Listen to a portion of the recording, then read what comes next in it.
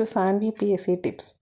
10th പ്രിലിംസിൻ്റെ previous ക്വസ്റ്റ്യൻസും അതുപോലെ റിലേറ്റഡ് ഫാക്ട്സുമാണ് നമ്മളിന്ന് ഡിസ്കസ് ചെയ്യുന്നത്. ഇതുവരെ നടന്നിട്ടുള്ള 10th ലെവലിലുള്ള എല്ലാ എക്സാംസിൻ്റെയും ക്വസ്റ്റ്യൻസും നമ്മൾ ഇതിനകത്ത് ഇൻക്ലൂഡ് ചെയ്യുന്നുണ്ട്. ഇന്ന് നമ്മൾ പഠിക്കുന്നത് കറണ്ട് അഫയേഴ്സ് കുറച്ച് ടോപ്പിക്ക് പഠിക്കും, പിന്നെ കുറച്ച് സയൻസ് റിലേറ്റഡ് ആയിട്ടുള്ള കുറച്ച് ക്വസ്റ്റ്യൻസും അതുപോലെ നമ്മൾ ഹിസ്റ്ററി പാർട്ട് GK പാർട്ടും നമ്മൾ ഇൻക്ലൂഡ് ചെയ്യുന്നുണ്ട്. നിങ്ങൾ എന്നും പറയുന്ന പോലെ മോക്ക് എക്സാമായിട്ട് തന്നെ എഴുതുക ക്ലാസ്. ഇന്ന് നമ്മുടെ ക്ലാസ്സിൻ്റെ 14ാമത്തെ പാർട്ടാണ് നമ്മൾ അപ്ലോഡ് ചെയ്യുന്നത്. ബാക്കി ക്ലാസ്സുകൾ കാണാത്തവർ പോയി കാണുക. നമുക്ക് ക്ലാസ്സിലോട്ട് കിടക്കാം. ഫസ്റ്റ് ക്വസ്റ്റ്യൻ, മയിലിനെ ഇന്ത്യയുടെ ദേശീയ പക്ഷിയായി അംഗീകരിച്ചത് ഏത് വർഷമാണ്? നിങ്ങൾ ആൻസർ എഴുതുക. അതിനുശേഷം ഞാൻ പറയുന്ന ആൻസറും അതിൻ്റെ റിലേറ്റഡ് ഫാക്ട്സും കൂടെ പഠിക്കുക. Answer option A 1965, option B 1972, option C 1963, option D 2000. Answer ഏതാണെന്ന് നിങ്ങൾക്ക് പറയാമോ? ആൻസർ 1963. നെക്സ്റ്റ് ക്വസ്റ്റ്യൻ, അതിനു മുമ്പ് നമുക്ക് റിലേറ്റഡ് ഫാക്ട്സുകൾ നോക്കാം. 1963 മയിലിനെ ഇന്ത്യയുടെ ദേശീയ പക്ഷിയായി അംഗീകരിച്ചത്. 1972 ദേശീയ മൃഗമായി കടുവയെ അംഗീകരിച്ചത്. 2008 ദേശീയ നദിയായി ഗംഗയെ അംഗീകരിച്ചത്. ഇതൊന്ന് ഓർത്തു വയ്ക്കുക. നെക്സ്റ്റ് ക്വസ്റ്റ്യൻ, ദേശീയ മനുഷ്യാവകാശ കമ്മീഷൻ്റെ പ്രഥമ chairman? Option A Harilal J Kania, option B Arunkumar Mishra, option C HL Dutt, option D Ranganatha Mishra. Answer ഏതാണ് പറയാമോ? ആൻസർ രംഗനാഥ മിശ്ര. ദേശീയ മനുഷ്യാവകാശ കമ്മീഷൻ നിയമം പാസ്സാക്കിയ വർഷം 1993 സെപ്റ്റംബർ 28. അത് നിലവിൽ വന്നത് 1993 ഒക്ടോബർ 12. ഇത് എപ്പോഴും ചോദിക്കാറുണ്ട്, ഇത് നോക്കി വയ്ക്കുക. ദേശീയ മനുഷ്യാവകാശ കമ്മീഷൻ ഒരു സ്റ്റാറ്റ്യൂട്ടറി ബോഡിയാണ്. ദേശീയ മനുഷ്യാവകാശ കമ്മീഷനിൽ ചെയർമാനാവുന്ന ആദ്യ മലയാളി KG ബാലകൃഷ്ണനാണ്. ദേശീയ മനുഷ്യാവകാശ കമ്മീഷനിൽ അംഗമാവുന്ന ആദ്യ മലയാളി വനിത ഫാത്തിമ ബീവിയാണ്. നെക്സ്റ്റ് ക്വസ്റ്റ്യൻ, 1961 ഗോവ വിമോചനത്തെ പോലീസ് ആക്ഷൻ എന്ന് വിശേഷിപ്പിച്ചത് ആര്? Answer VK Krishna Menon. നിങ്ങൾ ഒരു പേപ്പറിൽ എക്സാം ആയിട്ട് തന്നെ എഴുതുക, എന്നിട്ട് ഞാൻ പറയുന്ന ആൻസർ നോക്കുക. ആൻസർ എന്താണ്? VK കൃഷ്ണമേനോൻ. ഇനി നമുക്കതിൻ്റെ റിലേറ്റഡ് ഫാക്ട്സ് കൂടെ കുറച്ച് നോക്കാം. VK കൃഷ്ണമേനോൻ UN പൊതുസഭയിൽ 8 മണിക്കൂർ തുടർച്ചയായി പ്രസംഗിച്ച റെക്കോർഡിട്ട മലയാളിയാണ് ആര്? VK കൃഷ്ണമേനോൻ. ആദ്യ മലയാളി പ്രതിരോധ മന്ത്രി. ഇന്ത്യ ചൈന യുദ്ധം നടക്കുന്ന സമയത്ത് ഇന്ത്യൻ പ്രതിരോധ മന്ത്രി. ഇന്ത്യ ചൈന യുദ്ധം എന്നാണ് നടക്കുന്നത്? 1962 നടക്കുന്നത്. നെക്സ്റ്റ് ക്വസ്റ്റ്യൻ, ഇന്ത്യൻ ദേശീയ പതാകയുടെ നീളവും വീതിയും തമ്മിലുള്ള അംശബന്ധം? Option A 1:2, option B 2:4, option C 2:3 and option D 3:2. Answer ഏതാണ്? 3:2. ഇതിൻ്റെ റിലേറ്റഡ് ഫാക്ട്സ് നോക്കാം. ഇന്ത്യൻ പതാകയുടെ ആകൃതി ദീർഘചതുരാകൃതി. ദേശീയ പതാകയുടെ നീളവും വീതിയും തമ്മിലുള്ള അംശബന്ധം 3:2 ആണ്. ദേശീയ പതാകയുടെ ഏറ്റവും ചെറിയ അനുപാതം 15:10 ആണ്. ദേശീയ പതാകയുടെ ഏറ്റവും വലിയ അനുപാതം 6.3:4.2 മീറ്റർ ആണ്. നമ്മൾ ഓപ്ഷൻ തരുമ്പോൾ അതിൻ്റെ യൂണിറ്റ് കൂടെ ശ്രദ്ധിച്ചിട്ടേ നമ്മൾ ഓപ്ഷൻ നോക്കാവുള്ളൂ, ഓപ്ഷൻ എഴുതാവുള്ളൂ. ഓക്കെ. ദേശീയ പതാക നിർമ്മിക്കാൻ ഉപയോഗിക്കുന്ന തുണി ഖാദി തുണിയാണ്. ദേശീയ പതാകയിലെ നിറങ്ങൾ മുകളിൽ കുങ്കുമം, നടുക്ക് വെള്ള, താഴെ പച്ച. നെക്സ്റ്റ് ക്വസ്റ്റ്യൻ, കൊച്ചി എണ്ണ ശുദ്ധീകരണശാല ഏത് രാജ്യത്തിൻ്റെ സഹായത്തോടെയാണ് നിർമ്മിച്ചിട്ടുള്ളത്? Option A USA, option B Japan, option C France and option D Russia. ഏതാണ് ആൻസർ? ആൻസർ USA ആണ്. ഓക്കെ. ഇനി നമുക്കതിൻ്റെ റിലേറ്റഡ് ഫാക്ട്സ് കൂടെ നോക്കാം. അമേരിക്കയിലെ ഫിലിപ്സ് പെട്രോളിയം കമ്പനിയാണ് കൊച്ചി എണ്ണ ശുദ്ധീകരണശാലയുടെ നിർമ്മാണം നടത്തിയത്. മാട്ടുപ്പെട്ടി കന്നുകാലി വളർത്തൽ ഫാമിന് സഹായിച്ച വിദേശ രാജ്യം ഏതാണ്? സ്വിറ്റ്സർലൻഡാണ്. ഇടുക്കി ജലവിധ പദ്ധതിയുടെ നിർമ്മാണത്തിന് സഹായിച്ച രാജ്യം കാനഡയാണ്. അപ്പോൾ ഇടുക്കി ജലവിധ പദ്ധതിയുടെ നിർമ്മാണത്തിന് സഹായിച്ച രാജ്യം ഏതാണ്? കാനഡ. അത് ഓർമ്മിച്ച് വയ്ക്കുക. അതുപോലെ മാട്ടുപ്പെട്ടി കന്നുകാലി വളർത്തൽ ഫാമിന് സഹായിച്ച വിദേശ രാജ്യം സ്വിറ്റ്സർലൻഡ്. അതും ഒന്ന് വായിച്ച് വയ്ക്കുക. നെക്സ്റ്റ് ക്വസ്റ്റ്യൻ, ഉത്തരായന രേഖ കടന്നു പോകുന്ന ഇന്ത്യൻ സംസ്ഥാനങ്ങളുടെ എണ്ണം എത്രയാണ്? ഇത് എപ്പോഴും എക്സാംസിന് ചോദിച്ചു വരാറുണ്ടല്ലേ, നമ്മൾ ഒരുപാട് ക്വസ്റ്റ്യൻസിൽ കണ്ടിട്ടുണ്ട്. ആൻസർ ഓപ്ഷൻ C ആണ്. Option C 8. ഇനി നമുക്ക് അതിൻ്റെ ഏതൊക്കെ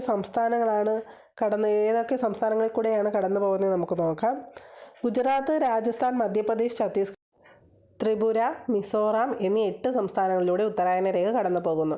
ഉത്തരായന രേഖ വടക്ക് 23.5 ഡിഗ്രി വടക്ക് അക്ഷാംശം രൂപീകരിക്കുന്നു. ഉത്തരായന രേഖയെ 2 തവണ മുറിച്ചു കിടക്കുന്ന ഇന്ത്യൻ നദി ഏതാണ്? മാഹി. ഉത്തരായന രേഖയെ 2 തവണ മുറിച്ചു കിടക്കുന്ന ഇന്ത്യൻ നദി മാഹി. ദക്ഷിണായന രേഖ 2 തവണ മുറിച്ചു കിടക്കുന്ന നദി ലിംബോബോ. ദക്ഷിണായന രേഖ 2 തവണ മുറിച്ചു കിടക്കുന്ന നദി ലിംബോബോ. ഉത്തരായന രേഖ 2 തവണ മുറിച്ചു കിടക്കുന്ന നദി മാഹി. 2011 സെൻസസ് അനുസരിച്ച് ഇന്ത്യയുടെ ജനസാന്ദ്രത എത്രയാണ്? ആൻസർ നിങ്ങൾ ആൻസർ നോക്കിയിട്ട് എഴുതുക. ആൻസർ പറയുകയാണ്. ആൻസർ 382 ചതുരശ്ര കിലോമീറ്ററാണ്. 382 ചതുരശ്ര കിലോമീറ്റർ. Next question. അതിനു മുമ്പ് നമുക്ക് റിലേറ്റഡ് ഫാക്ട്സ് നോക്കാം. ജനസംഖ്യ ഏറ്റവും കൂടിയ സംസ്ഥാനം ഏതാണ്? ഉത്തർപ്രദേശ്. ജനസംഖ്യ കുറഞ്ഞ സംസ്ഥാനം സിക്കിം. ഏറ്റവും കൂടുതൽ ജനസാന്ദ്രതയുള്ള സംസ്ഥാനം ബീഹാർ. ഏറ്റവും കുറവ് ജനസാന്ദ്രതയുള്ള സംസ്ഥാനം അരുണാചൽ പ്രദേശ്. ഏറ്റവും കൂടുതൽ ജനസാന്ദ്രത എവിടെയാണ്? ബീഹാറിൽ. ഏറ്റവും കുറവ് അരുണാചൽ പ്രദേശിൽ. ജനസാന്ദ്രത കൂടിയ കേന്ദ്രഭരണ പ്രദേശം ഏതാണ്? ന്യൂഡൽഹി. ജനസാന്ദ്രത കുറഞ്ഞ കേന്ദ്രഭരണ പ്രദേശം ആൻഡമാൻ നിക്കോബാർ. Next question. കേരളത്തിലെ ഏറ്റവും വലിയ സ്വകാര്യ ജലവൈദ്യുത പദ്ധതി ഏത്? ഇത് എപ്പോഴും എക്സാം ചോദിക്കാൻ നമുക്ക് അറിയാമല്ലേ, ബേസിക്കായിട്ട് നമ്മൾ പഠിക്കുമ്പോൾ തന്നെ പഠിക്കുന്നതാണ്. ഏതാണ്? ആൻസർ കൂത്തുങ്കൽ. ഇനി അതിൻ്റെ റിലേറ്റഡ് ഫാക്ട്സ് കൂടെ നോക്കാം. കേരളത്തിലെ ഏറ്റവും വലിയ സ്വകാര്യ ജലവൈദ്യുത പദ്ധതികളാണ് ഏത്? കൂത്തുങ്കൽ ഇടുക്കിയും അതുപോലെ മണിയാർ പത്തനംതിട്ട. സ്വകാര്യ മേഖലയിൽ പ്രവർത്തിക്കുന്ന കേരളത്തിലെ ആദ്യത്തെ ജലവൈദ്യുത പദ്ധതിയാണ് ഇത് മണിയാർ പത്തനംതിട്ട. അപ്പോൾ അത് വ്യക്തമായി പഠിച്ചു വയ്ക്കുക. കേരളത്തിൽ സ്വകാര്യ മേഖലയിൽ പ്രവർത്തിക്കുന്ന ആദ്യത്തെ ജലവൈദ്യുത പദ്ധതി ഏതാണ്? മണിയാർ. അത് ഏത് ജില്ലയിലാണ്? പത്തനംതിട്ട. കേരളത്തിലെ ഏറ്റവും വലിയ സ്വകാര്യ ജലവൈദ്യുത പദ്ധതി ഏതാണ്? കൂത്തുങ്കലാണ്. അതെവിടെയാണ്? ഇടുക്കി ജില്ലയിലാണ്. കൂത്തുങ്കൽ അത് ഏത് ജില്ലയിലാണ്? ഇടുക്കി ജില്ലയിലാണ്.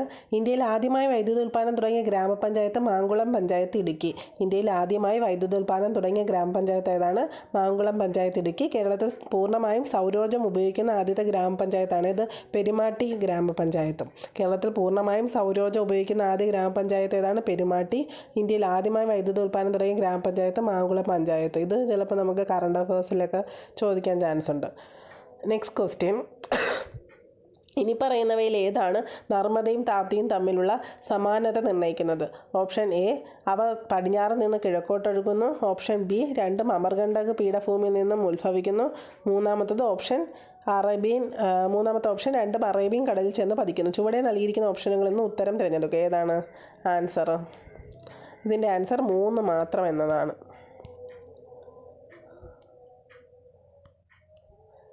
ഇനി അതിൻ്റെ ഫാക്ട്സ് നോക്കാം. അവ കിഴക്ക് നിന്ന് പടിഞ്ഞാറോട്ട് ഒഴുകുന്നു. നർമ്മദ ഉത്ഭവിക്കുന്നത് അമർകണ്ടകിലും താപ്തി ഉത്ഭവിക്കുന്നത് സത്പുരയിലുമാണ്. ഉപദ്വീപീയ നദികളിൽ പടിഞ്ഞാറോട്ട് ഒഴുകുന്ന ഏറ്റവും വലിയ നദി ഏതാണ്? നർമ്മദയാണ്. ഉപദ്വീപീയ നദികളിൽ നർമ്മദ കഴിഞ്ഞാൽ പടിഞ്ഞാറോട്ട് ഒഴുകുന്ന ഏറ്റവും വലിയ രണ്ടാമത്തെ നദി താപ്തിയാണ്. നർമ്മദയുടെ ഇരട്ട എന്നറിയപ്പെടുന്ന നദിയാണ് താപ്തി. മധ്യപ്രദേശിലെ ഏത് നദിയിലാണ് ഗാന്ധിസാഗർ ഡാം നിർമ്മിച്ചിരിക്കുന്നത്? ഇതിൻ്റെ ആൻസർ നിങ്ങൾ തന്നെ പറയാൻ നോക്കുക. ആൻസർ എന്താണ്? ചമ്പൽ. അതിൻ്റെ ഫാക്ട്സ് നോക്കാം. ഇന്ത്യയിലെ ചമ്പൽ നദിയിൽ നിർമ്മിച്ച 4 പ്രധാന അണക്കെട്ടുകളിൽ ഒന്നാണ് ഗാന്ധിസാഗർ ഡാം. ഡാം സ്ഥിതി ചെയ്യുന്നത് മൻസറിലാണ്, മധ്യപ്രദേശിലെ നിമൂച്ച് ജില്ല. 1954 മാർച്ച് 7 പ്രധാനമന്ത്രി പണ്ഡിറ്റ് ജവഹർലാൽ നെഹ്റു ആണ് അണക്കെട്ടിൻ്റെ തറക്കല്ലിട്ടത്. 1954 മാർച്ച് 7 എവിടെയാണ് സ്ഥിതി ചെയ്യുന്നത്? മൻസറിലാണ്. അത് ഏത് സംസ്ഥാനത്താണ്? മധ്യപ്രദേശിലാണ്. ജില്ല നിമൂച്ച് ജില്ല. ഇന്ത്യയിലെ ചമ്പൽ നദിയിൽ നിർമ്മിച്ച 4 പ്രധാന അണക്കെട്ടുകളിൽ ഒന്നാണ് ഗാന്ധിസാഗർ ഡാം. അതെവിടെയാണ്? ചമ്പൽ നദിയിൽ. അത് ഓർമ്മിച്ച് വയ്ക്കുക. Next question. കേരളത്തിൽ ഏറ്റവും കൂടുതൽ ബോക്സൈറ്റ് നിക്ഷേപമുള്ളത് ഏത് ജില്ലയിലാണ്? ആൻസർ ഏതാണ്? കാസർഗോഡാണ്.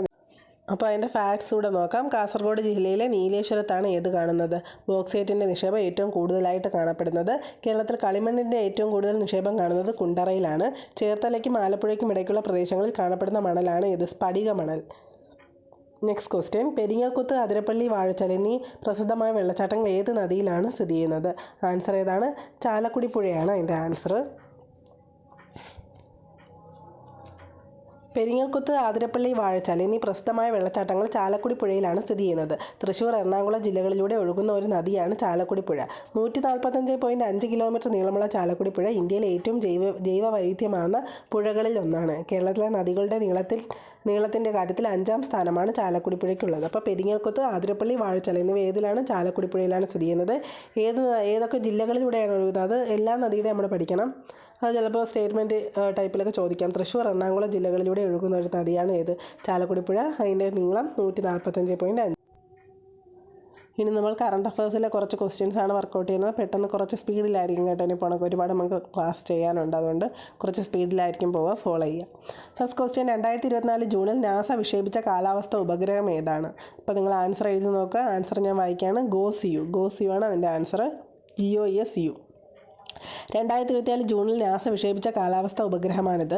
വടക്കേ അമേരിക്ക, മധ്യ തെക്കേ അമേരിക്ക, കരീബിയൻ, അറ്റ്ലാന്റിക് സമുദ്രം, ആഫ്രിക്കയുടെ പടിഞ്ഞാറൻ തീരം എന്നിവയുൾപ്പെടെയുള്ള വിപുലമായ പ്രദേശങ്ങളിലെ കാലാവസ്ഥാ നിരീക്ഷണം ഗോസിയു നൽകും. ശേഖരിക്കുന്ന ഡേറ്റ കൊടുങ്കാറ്റുകൾക്കായുള്ള തയ്യാറെടുപ്പ് ശ്രമങ്ങൾ, തീപിടുത്തം കണ്ടെത്തൽ എന്നിവയും കാലാവസ്ഥാ വ്യതിയാനത്തിൻ്റെ ഭാഗമായി ഉണ്ടാകേണ്ട മുൻകരുതൽ കാര്യക്ഷമമാക്കും. അപ്പോൾ ഇത് കറണ്ട് അഫയറിൽ ചിലപ്പോൾ ചോദിക്കാം, അത് ഒന്ന് വായിച്ചു വയ്ക്കാം.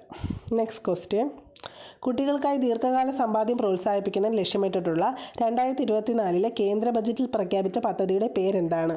ആൻസർ NPS വാത്സല്യ. ഇനി എൻ്റെ ഫാക്ട്സ് നോക്കാം. 2024 കേന്ദ്ര ബജറ്റിൽ കുട്ടികൾക്ക് വേണ്ടിയുള്ള ദീർഘകാല സമ്പാദ്യം പ്രോത്സാഹിപ്പിക്കാൻ ലക്ഷ്യമിട്ട് പ്രഖ്യാപിച്ച പദ്ധതിയാണ് NPS വാത്സല്യ. NPS അഥവാ ദേശീയ പെൻഷൻ സ്കീമിന് കീഴിൽ കുട്ടികൾക്കുള്ള പുതിയ പദ്ധതിയാണ് NPS വാത്സല്യ. കുട്ടികളുടെ സാമ്പത്തിക ഭാവി ഉറപ്പുവരുത്തുന്നതാണ് പദ്ധതിയുടെ ലക്ഷ്യം. നെക്സ്റ്റ് ക്വസ്റ്റ്യൻ, കുടുംബശ്രീയും medical students collectives of Kerala Sasthra Sahithya പരിഷത്തും സംയുക്തമായി സംഘടിപ്പിക്കുന്ന ക്യാൻസർ ബോധവൽക്കരണ ക്യാമ്പയിൻ്റെ പേരെന്താണ്? ആൻസർ ശ്രദ്ധ. എൻ്റെ ഫാക്ട്സ് നോക്കാം. കുടുംബശ്രീയും medical students collectives of Kerala Sasthra Sahithya പരിഷത്തും സംയുക്തമായി സംഘടിപ്പിക്കുന്ന ക്യാൻസർ ബോധവൽക്കരണ പരിപാടിയാണ് ഇത്, ശ്രദ്ധ. അപ്പോൾ ശ്രദ്ധിക്കുക എന്നുള്ളൊരു കോഡ് വെച്ച് എന്തെങ്കിലും പഠിച്ചു വയ്ക്കുക. കുടുംബശ്രീ മുഖേന സംസ്ഥാനത്ത് നടപ്പാക്കുന്ന ദേശീയ ഗ്രാമീണ ഉപജീവന mission FNHW food nutrition health water and sanitation പദ്ധതിയുടെ പ്രവർത്തന ഭാഗമായാണ് ശ്രദ്ധ ക്യാമ്പയിൻ സംഘടിപ്പിക്കുന്നത്. സ്തനാർബുദം, ഗർഭാശയഗള അർബുദം എന്നിവ സംബന്ധിച്ച് സ്ത്രീകൾക്ക് ആവശ്യമായ അവബോധം നൽകുകയും ക്യാൻസർ രോഗനിർണയത്തിനും വിദഗ്ധ ചികിത്സയ്ക്കും ആവശ്യമായ സഹായങ്ങൾ ലഭ്യമാക്കുക എന്നതാണ് ക്യാമ്പയിൻ്റെ ലക്ഷ്യം. ആദ്യഘട്ടത്തിൽ ആലപ്പുഴ ജില്ലയിലെ അമ്പലപ്പുഴ, ആര്യാട് ബ്ലോക്കുകളിലെ എല്ലാ വാർഡുകളിലുമുള്ള മുഴുവൻ അയൽക്കൂട്ട അംഗങ്ങളെയും ബോധവൽക്കരണ ക്യാമ്പയിൻ്റെ ഭാഗമാക്കും. നെക്സ്റ്റ് ക്വസ്റ്റ്യൻ, 2024 പാരീസ് ഒളിമ്പിക്സിൽ 10 metre air pistol mixed team ഇനത്തിൽ വെങ്കലം നേടിയ ഇന്ത്യൻ അത്ലറ്റുകൾ ആരൊക്കെ? ആൻസർ മനു ഭാക്കറും സരഫ്ജോത് സിംഗും. എൻ്റെ ഫാക്ട്സ് നോക്കാം. 2024 പാരീസ് ഒളിമ്പിക്സിൽ 10 മീറ്റർ എയർ പിസ്റ്റൾ മിക്സഡ് ടീമിനത്തിൽ വെങ്കല മെഡൽ കരസ്ഥമാക്കിയ ഇന്ത്യൻ സഖ്യം മനു ഭാക്കർ, സരഫ്ജോത് സിംഗ്. വെങ്കല മെഡൽ മത്സരത്തിൽ ദക്ഷിണ കൊറിയൻ സഖ്യത്തെയാണ് ഇന്ത്യ പരാജയപ്പെടുത്തിയത്. 2024 പാരീസ് ഒളിമ്പിക്സിൽ മനു ഭാക്കറിൻ്റെ രണ്ടാമത്തെ മെഡൽ നേട്ടമാണിത്. 10 മീറ്റർ എയർ പിസ്റ്റൾ വ്യക്തിഗത ഇനത്തിലും മനു ഭാക്കർ വെങ്കല മെഡൽ സ്വന്തമാക്കിയിരുന്നു. സ്വാതന്ത്ര്യത്തിന് ശേഷം ഒരു ഒളിമ്പിക്സിൽ ഇരട്ട മെഡൽ നേടുന്ന ആദ്യ ഇന്ത്യൻ താരമാണ് മനു ഭാക്കർ. സ്വാതന്ത്ര്യത്തിന് ശേഷം ഒരു ഒളിമ്പിക്സിൽ ഇരട്ട മെഡൽ നേടുന്ന ആദ്യ ഇന്ത്യൻ താരമാണ് മനു ഭാക്കർ. 1900 ഒളിമ്പിക്സിൽ, അതായത് സ്വാതന്ത്ര്യലബ്ധിക്ക് മുമ്പ്, ബ്രിട്ടീഷ് ഇന്ത്യൻ അത്ലറ്റായിരുന്ന നോർമൻ പ്രിച്ചാർഡാണ് ആദ്യമായി ഇന്ത്യക്കായി ഒരേ ഒളിമ്പിക്സിൽ ഇരട്ട മെഡൽ നേടിയത്. 200 മീറ്റർ സ്പിൻറ്റിലും 200 മീറ്റർ ഹഡിൽസിലുമായിരുന്നു പ്രിച്ചാർഡിൻ്റെ മെഡൽ നേട്ടം. UPSCയുടെ പുതിയ ചെയർപേഴ്സണായി നിയമിച്ചതാരാണ്? ഇത് ഇമ്പോർട്ടൻ്റ് ആണ്. പ്രീതി സുധനാണ് ഇതിൻ്റെ ആൻസർ. എൻ്റെ ഫാക്ട്സ് നോക്കാം. UPSCയുടെ പുതിയ ചെയർപേഴ്സണായി നിയമിതരായത് പ്രീതി സുധൻ. UPSC ചെയർമാനായിരുന്ന മനോജ് സോണി രാജിവെച്ചതിനെ തുടർന്നാണ് പുതിയ നിയമനം. പുതിയ നിയമനത്തിന് രാഷ്ട്രപതി ദ്രൗപദി മുർമു അംഗീകാരം നൽകി. അടുത്ത വർഷം 2025 ഏപ്രിൽ 29 വരെയാണ് നിയമനം. 2024 സെപ്റ്റംബറിൽ ഡെങ്കിപ്പനിയെ മഹാമാരിയായി പ്രഖ്യാപിച്ച സംസ്ഥാനം ഏതാണ്? ആൻസർ കർണാടക. ഡെങ്കിപ്പനി കേസുകളുടെ കുത്തനെ വർധനയ്ക്കിടയിൽ കർണാടക സർക്കാർ ഡെങ്കിപ്പനിയെ സംസ്ഥാനത്ത് പകർച്ചവ്യാധിയായി പ്രഖ്യാപിച്ചു. ഉറവിടം കുറയ്ക്കുന്നതിൽ ശ്രദ്ധ കേന്ദ്രീകരിക്കുന്നതിന് വിവിധ വകുപ്പുകളിലുടനീളം വിഭവങ്ങളെയും ഉദ്യോഗസ്ഥരെയും സർക്കാർ സമാഹരിച്ചിട്ടുണ്ട്. അതിൽ കൊതുക് പ്രജനന കേന്ദ്രങ്ങൾ ഇല്ലാതാക്കുന്നു, വീടുതോറുമുള്ള സന്ദർശനം നടത്തി താമസക്കാരെ ബോധവൽക്കരിക്കാനും പ്രതിരോധ നടപടികൾ പാലിക്കുന്നുണ്ടെന്ന് ഉറപ്പാക്കാനും ആശാവർക്കർമാരെയും സന്നദ്ധ പ്രവർത്തകരെയും ചുമതലപ്പെടുത്തിയിട്ടുണ്ട്. നെക്സ്റ്റ് ക്വസ്റ്റ്യൻ, കുറച്ച് സ്പീഡിനാണ് പോകുന്നത്, കാരണം കുറച്ച് കൂടുതൽ പോർഷൻസ് നമുക്ക് കവർ ചെയ്യാനുണ്ട്, അതുകൊണ്ടാണ്. ഗുജറാത്തിലെ ആദ്യ ഗ്രീൻഫീൽഡ് സ്ഥാപനം ഏതാണ്? ഗ്രീൻഫീൽഡ് വിമാനത്താവളം ഏതാണ്? ആൻസർ രാജ്കോട്ട് ഹിരാസർ അന്താരാഷ്ട്ര വിമാനത്താവളം. ഗുജറാത്തിലെ പുതിയ അന്താരാഷ്ട്ര വിമാനത്താവളമാണ് ഇത്, രാജ്കോട്ട് ഹിരാസർ അന്താരാഷ്ട്ര വിമാനത്താവളം. ഗുജറാത്തിലെ ആദ്യ ഗ്രീൻഫീൽഡ് വിമാനത്താവളമാണ് രാജ്കോട്ട് ഹിരാസർ അന്താരാഷ്ട്ര വിമാനത്താവളം. അഹമ്മദാബാദിനെയും രാജ്കോട്ടിനെയും ബന്ധിപ്പിക്കുന്നു. ദേശീയപാത 8B സമീപമാണ് ഇത് സ്ഥിതി ചെയ്യുന്നത്. എയർപോർട്ട് അതോറിറ്റി ഓഫ് ഇന്ത്യയാണ് വിമാനത്താവളം വികസിപ്പിച്ചത്. പ്രധാനമന്ത്രി നരേന്ദ്രമോദി 2023 ജൂലൈ 27 രാജ്കോട്ട് ഹിരാസർ അന്താരാഷ്ട്ര വിമാനത്താവളം ഉദ്ഘാടനം ചെയ്തത്. എന്നാണ് ഉദ്ഘാടനം ചെയ്തത് നോക്കുക? 2023 ജൂലൈ 27. ഇന്ത്യൻ ഫുട്ബോൾ താരം സുനിൽ ഛേത്രിയുമായി ബന്ധപ്പെട്ട് താഴെ തന്നിരിക്കുന്ന പ്രസ്താവനകൾ പരിഗണിക്കുക. ശരിയായ ഓപ്ഷൻ എഴുതുക. 2011 അർജുന പുരസ്കാരവും 2019 പത്മശ്രീ ബഹുമതിയും ലഭിച്ചു. 6 തവണ രാജ്യത്തെ മികച്ച ഫുട്ബോൾ താരമായി തിരഞ്ഞെടുക്കപ്പെട്ടു. അപ്പോൾ ആൻസർ എന്താണ്? 1ഉം 2ഉം ശരി. അതാണ് ഇതിൻ്റെ ആൻസർ. അന്താരാഷ്ട്ര ഫുട്ബോളിൽ നിന്ന് വിരമിക്കൽ പ്രഖ്യാപിച്ച ഇന്ത്യൻ ഫുട്ബോൾ താരമാണ് ഇത്? സുനിൽ ഛേത്രി. ആര്? സുനിൽ ഛേത്രി. ജൂൺ 6 കൊൽക്കത്തയിൽ കുവൈറ്റിനെതിരായ ഫിഫ ലോകകപ്പ് യോഗ്യതാ മത്സരമാണ് ദേശീയ ടീമിന് വേണ്ടിയുള്ള അവസാന മത്സരം. ജൂൺ 6 കൊൽക്കത്തയിൽ കുവൈറ്റിനെതിരായ ഫിഫ ലോകകപ്പ് യോഗ്യതാ മത്സരമാണ് ദേശീയ ടീമിന് വേണ്ടിയുള്ള അവസാന മത്സരം. 2005 ജൂൺ 12 പാകിസ്ഥാനെതിരെ സൗഹൃദ മത്സരത്തിലായിരുന്നു ഛേത്രിയുടെ അരങ്ങേറ്റം. ആ കളിയിൽ തന്നെ ഗോളും നേടി. 2011 അർജുന അവാർഡ്, 2019 പത്മശ്രീയും ലഭിച്ചു. 2011 അർജുന അവാർഡും ലഭിച്ചു. 2019 പത്മശ്രീ ബഹുമതിയും ലഭിച്ചു. 6 തവണ രാജ്യത്തെ മികച്ച ഫുട്ബോൾ താരമായി തിരഞ്ഞെടുക്കപ്പെട്ടു. 2024 മെയ്യിൽ മാസഗോൺ ഡോക്ക് ലിമിറ്റഡിൻ്റെ 250-ാം വാർഷികത്തിൻ്റെ ഭാഗമായി പ്രതിരോധ സെക്രട്ടറി ഗിരിധർ അരമന പുറത്തിറക്കിയ നാണയം ഏതാണ്? 250 രൂപ നാണയം. മസഗോൺ ഡോക്ക് ലിമിറ്റഡ് 1774 മുംബൈയിലെ മസഗോണിൽ നിർമ്മിച്ച ഒരു ഡ്രൈ ഡോക്കായി ആരംഭിച്ചു. 1934 കമ്പനി ഒരു പ്രൈവറ്റ് ലിമിറ്റഡായി സംയോജിക്കപ്പെട്ടു. ഇനി നമുക്ക് സയൻസിലെ കുറച്ച് ക്വസ്റ്റ്യൻസ് നോക്കാം. സൗരയൂഥത്തിലെ ചെറിയ ഗ്രഹം. ആൻസർ ബുധനാണ്. ഏറ്റവും ദൈർഘ്യം കുറഞ്ഞ വർഷമുള്ള ഗ്രഹം ബുധൻ. 88 ഭൗമ ദിവസങ്ങൾ. ബുധൻ്റെ പരിക്രമണകാലം 88 ഭൗമ ദിവസങ്ങൾ. ബുധൻ്റെ ഭ്രമണകാലം 59 ഭൗമ ദിവസങ്ങൾ. ഉപഗ്രഹങ്ങളില്ലാത്ത ഗ്രഹങ്ങൾ ഏതൊക്കെയാണ്? ബുധൻ, ശുക്രൻ. അന്തരീക്ഷമില്ലാത്ത ഗ്രഹം ബുധൻ. ബുധനിൽ അന്തരീക്ഷമില്ലാത്തതിന് കാരണം തീവ്രമായ താപവും കുറഞ്ഞ പലായന പ്രവേഗവും. വാതകാവസ്ഥയിലുള്ള ഏക സസ്യ ഹോർമോണാണ് ഇത്? എഥിലിൻ. ഇലകൾ, ഫലങ്ങൾ എന്നിവ പാകമാവുന്നതിന് എഥിലിൻ സഹായിക്കുന്നു. പുഷ്പിക്കുന്നതിന് സഹായിക്കുന്ന സസ്യ ഹോർമോണാണ് ഫ്ലോർജൻ. കാണ്ഡത്തിൻ്റെ ദീർഘിക്കൽ, ഇലവിരിയൽ എന്നിവയ്ക്ക് സഹായിക്കുന്നത് ഗ്ലിബെറിലിൻ. പൂക്കൾ, ഇലകൾ എന്നിവയുടെ പർപ്പിൾ നീല നിറത്തിന് കാരണമായ വർണ്ണകമാണ് ആന്തോസയാനിൻ. അതൊക്കെ ഒന്ന് വായിച്ചു വയ്ക്കുക. ഹെപ്പറ്റൈറ്റിസ് ബാധിക്കുന്ന ശരീരഭാഗം ഏതാണ്? കരൾ. വിവിധ കാരണങ്ങളാൽ കരളിനുണ്ടാകുന്ന വീക്കവും തന്മൂലമുണ്ടാകുന്ന രോഗാവസ്ഥയുമാണ് ഹെപ്പറ്റൈറ്റിസ്. മനുഷ്യൻ്റെ കരളിനെ ബാധിച്ചു ദീർഘസ്ഥ മഞ്ഞപ്പിത്തം എന്ന രോഗാവസ്ഥ ഉണ്ടാക്കുന്ന ഒരിനം വൈറസാണ് ഹെപ്പറ്റൈറ്റിസ് ബി വൈറസ്. തന്മൂലമുണ്ടാകുന്ന രോഗാവസ്ഥയും ഹെപ്പറ്റൈറ്റിസ് ബി എന്ന പേരിലാണ് അറിയപ്പെടുന്നത്. സിറം ഹെപ്പറ്റൈറ്റിസ് എന്ന പേരിലാണ് പണ്ട് ഈ രോഗം അറിയപ്പെട്ടിരുന്നത്. ഹെപ്പറ്റൈറ്റിസ് ബി ബാധിതരുടെ രക്തത്തിലും ശരീരദ്രവങ്ങളിലൂടെയും പകരുന്ന ഈ സാംക്രമിക രോഗം ലോകവ്യാപകമായി കാണപ്പെടുന്നു. ടൈഫോയിഡിന് കാരണമായ രോഗകാരി ഏത്? ബാക്ടീരിയ. ക്ഷയം ബാക്ടീരിയ, കുഷ്ഠം bacteria, cholera bacteria, diphtheria bacteria, പക്ഷിപ്പനി വൈറസ്, ചിക്കുൻഗുനിയ വൈറസ്, ഡെങ്കിപ്പനി വൈറസ്, എബോള വൈറസ്. നാഡീപ്രസരണത്തിന് സഹായിക്കുന്ന രാസവസ്തു ഏതാണ്? ആൻസർ അസറ്റൈൽ കൊളീനാണ് അതിൻ്റെ രാസവസ്തു. നാഡീപ്രസരണത്തിന് സഹായിക്കുന്ന രാസവസ്തു അസറ്റൈൽ കൊളിൻ. സിനാപ്റ്റിക് നോബിൽ നിന്നാണ് അസറ്റൈൽ കൊളിൻ സ്രവിക്കപ്പെടുന്നത്. നാഡീവ്യവസ്ഥയുടെ അടിസ്ഥാന ഘടകം ന്യൂറോൺ. ന്യൂറോണിൻ്റെ ഒരു ഭാഗമാണ് ഇത് സിനാപ്റ്റിക് നോബ്. കൂടുതൽ ക്വസ്റ്റ്യൻസ് നമ്മൾ അടുത്ത ക്ലാസ്സിൽ ഇൻക്ലൂഡ് ചെയ്യുന്നതായിരിക്കും. ഇന്ന് നമ്മളിപ്പോൾ ഒരുപാട് തന്നെ സമയമായതുകൊണ്ട് നമ്മളിവിടെ വെച്ച് നിർത്തുവാണ്. വീഡിയോ ഇഷ്ടപ്പെട്ടെങ്കിൽ തീർച്ചയായും ലൈക്ക് ചെയ്യുക. നിങ്ങൾക്ക് ഉപകാരപ്രദമാണെന്ന് തോന്നിയാൽ മറ്റുള്ളവർക്ക് ഷെയർ ചെയ്യുക, സബ്സ്ക്രൈബ് ചെയ്യുക. ഇതിൻ്റെ ബാക്കി ഭാഗം അടുത്ത ക്ലാസ്സിൽ. Thank you.